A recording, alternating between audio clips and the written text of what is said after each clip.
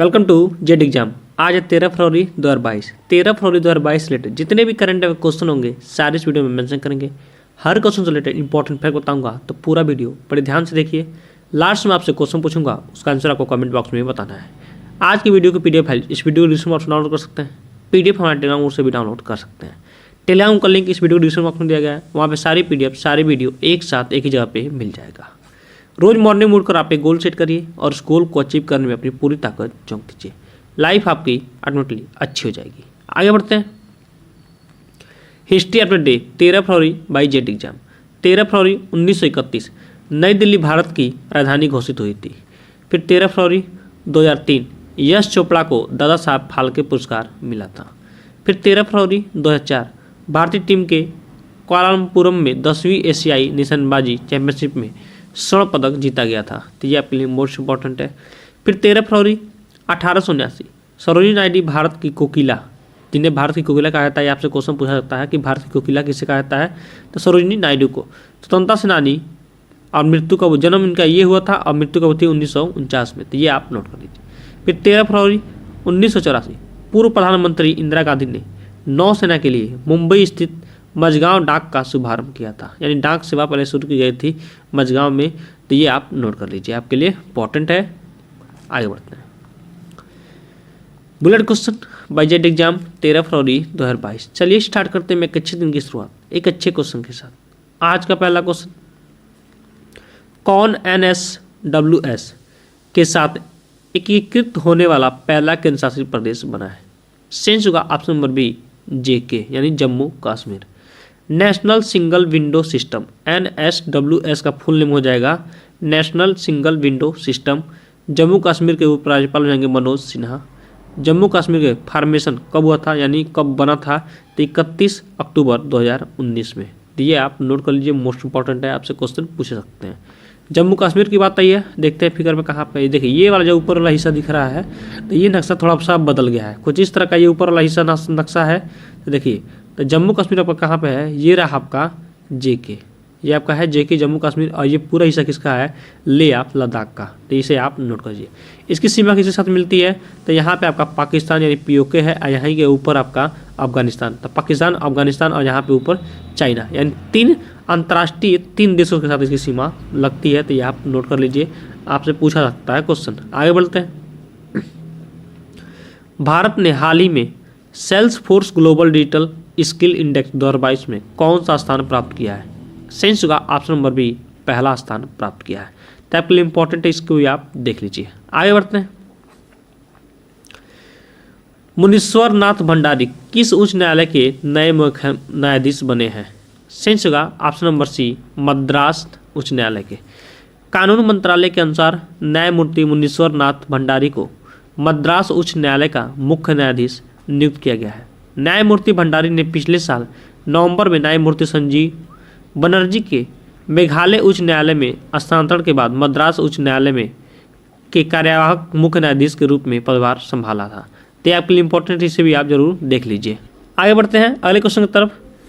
किस मंत्रालय ने हाल ही में विदेशी ड्रोन के आयात पर प्रतिबंध लगा दिया है? क्योंकि विदेशी ड्रोनों में बहुत सारे चीप एक्स्ट्रा मतलब फीचर लॉन्च हो रहे हैं, जो कि भारत के लिए घातक हो सकता है या कुछ खुफिया जानकारी भी जा सकती है। तो इसके लिए भारत सरकार ने क्या किया है, उसको बैन कर दिया है। यानी विदेशों से जो ड्रोन आएगी उसको बैन कर दिया गया है, क्योंकि आपके देश की बहुत सारी चीज़ें जा सकती है दूसरे देश में, तो इसको बैन कर दिया गया है। तो आपसे भी हम्बल रिक्वेस्ट है कि आप विदेशी चीज़ों को न खरीदें, अपने इंडियन चीज़ों का ही खरीदारी करें। आगे बढ़ते हैं। भारत किसको आधार का अपना संस्करण लॉन्च करने में मदद करेगा? मोस्ट इंपॉर्टेंट क्वेश्चन है, आपसे सीधे एग्जाम में क्वेश्चन पूछे जा सकते हैं। साइंस होगा ऑप्शन नंबर ए श्रीलंका को। अब इसमें है ये कि जो भारत में आधार कार्ड लॉन्च किया गया है, आधार कार्ड की तरह ही पहचान पत्र माना जाता है, तो वैसे ही श्रीलंका में भी अब आधार कार्ड को वरीयता देने के लिए भारत ने अपना मतलब जो कुछ भी होगा वो देगा उसको। भारत श्रीलंका को एक एकात्मक डिजिटल पहचान ढांचे को लागू करने के लिए अनुदान प्रदान करने पर सहमत हो गया है, जो जाहिर तौर पर आधार कार्ड पर आधारित है। राज्यपक्षीय सरकार राष्ट्रीय स्तर के कार्यक्रम के रूप में रूपरेखा के कार्यान्वयन में के प्राथमिकता दे रहे हैं।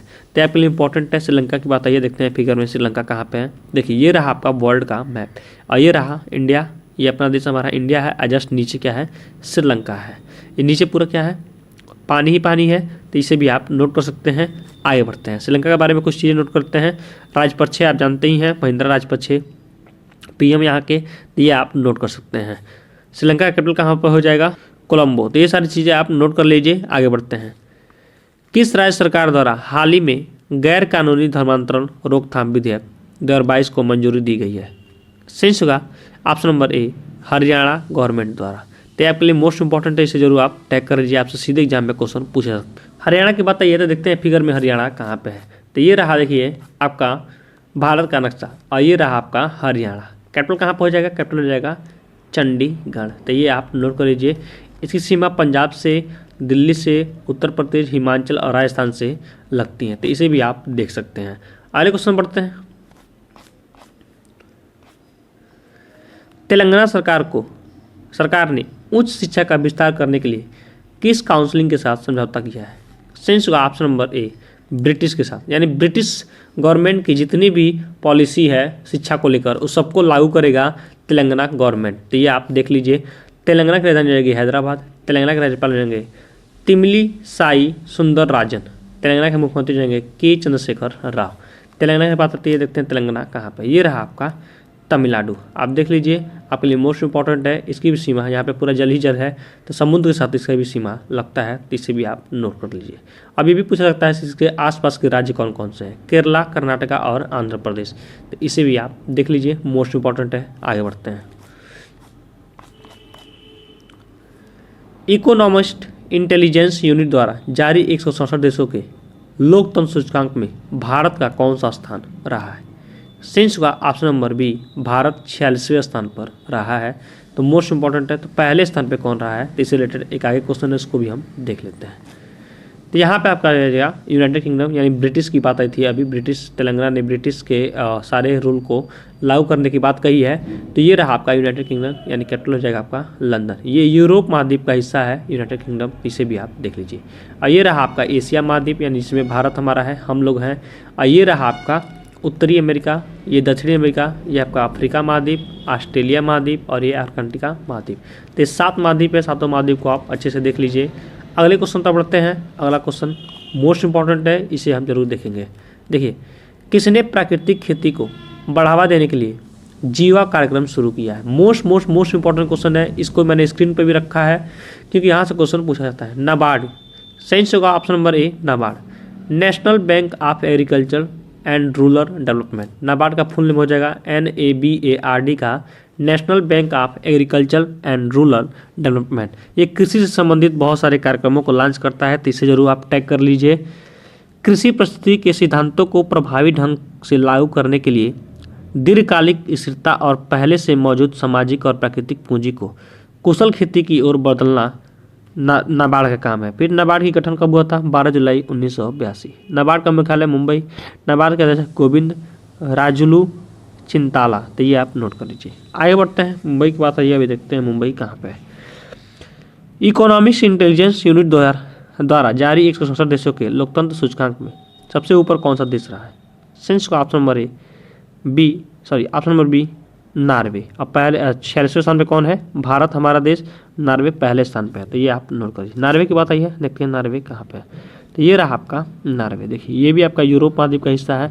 और मुंबई की बात आई है, तो देखते हैं अभी आगे मुंबई कहाँ पे। ये रहा आपका महाराष्ट्र की कैपिटल हो जाएगी मुंबई। तो ये आप नोट कर लीजिए। CM कौन जाएंगे? उद्धव ठाकरे। गवर्नर कौन जाएंगे? भगत सिंह कोश्यारी। इसे भी आप नोट करिए। समुद्र के साथ ये भी अपना सीमा साझा करता है। इसके पड़ोसी देश राज्य कौन कौन है? गुजरात, मध्य प्रदेश, आंध्र प्रदेश, छत्तीसगढ़ और कर्नाटका, और यहाँ पे गोवा। तो इसे भी आप नोट कर लीजिए। आगे बढ़ते हैं अगले क्वेश्चन की तरफ।